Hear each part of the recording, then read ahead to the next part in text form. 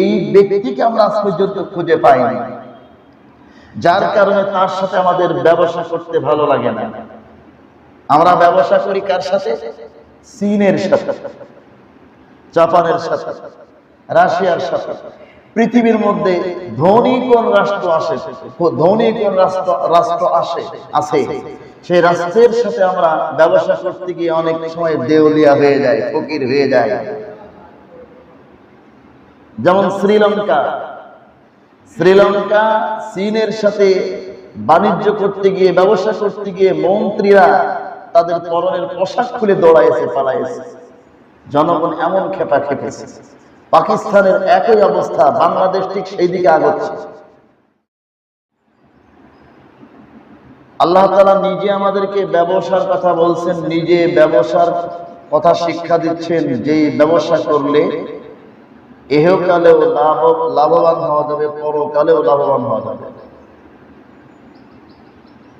কিন্তু পৃথিবীর মানুষ আমরা আমাদের মালিককে চিনতে পারি নাই, যার কারণে আমাদের মালিকের সাথে, মহান মালিক যার ৯৯টি নামের মধ্যে একটি নাম আল্লাহুল গনি, ইয়া গনি,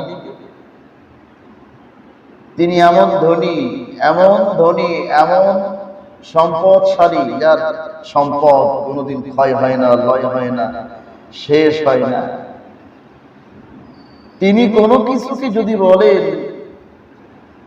ইদা আরাদা শাইআন আইয়াকুল লাহু কুন ফায়াকুন, যদি বলেন হও, সাথে সাথে হয়ে যায়।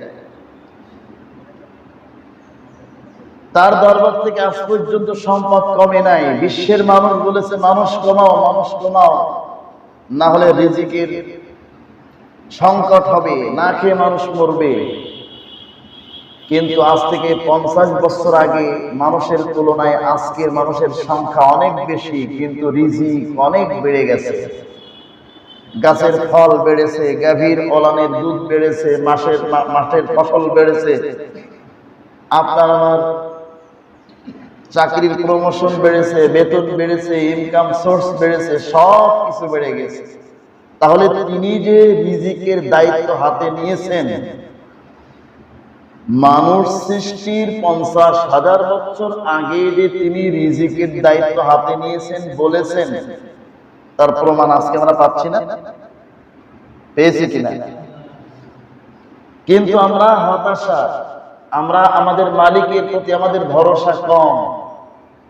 কিন্তু এতটুকু আমরা চিন্তা করি না, আমাদের এই কলা গাছে কলা দেয় কে, আম গাছে আম দেয় কে, জাম গাছে জাম দেয় কে, মাটিতে শুধুমাত্র ফসলটা রোপণ করে আসি, বীজটা শুধুমাত্র ফেলে রাখি, এই বীজটা পচে গলে এখান থেকে কে গাছ বাহির করে, কে এখান থেকে ফসল দেয়, কে এখান থেকে শস্য দেয়, কে এখান থেকে বীজ দেয়, এই ব্যক্তিকে আমরা আজ পর্যন্ত খুঁজে পাইনি, যার কারণে তার সাথে আমাদের ব্যবসা করতে ভালো লাগে না।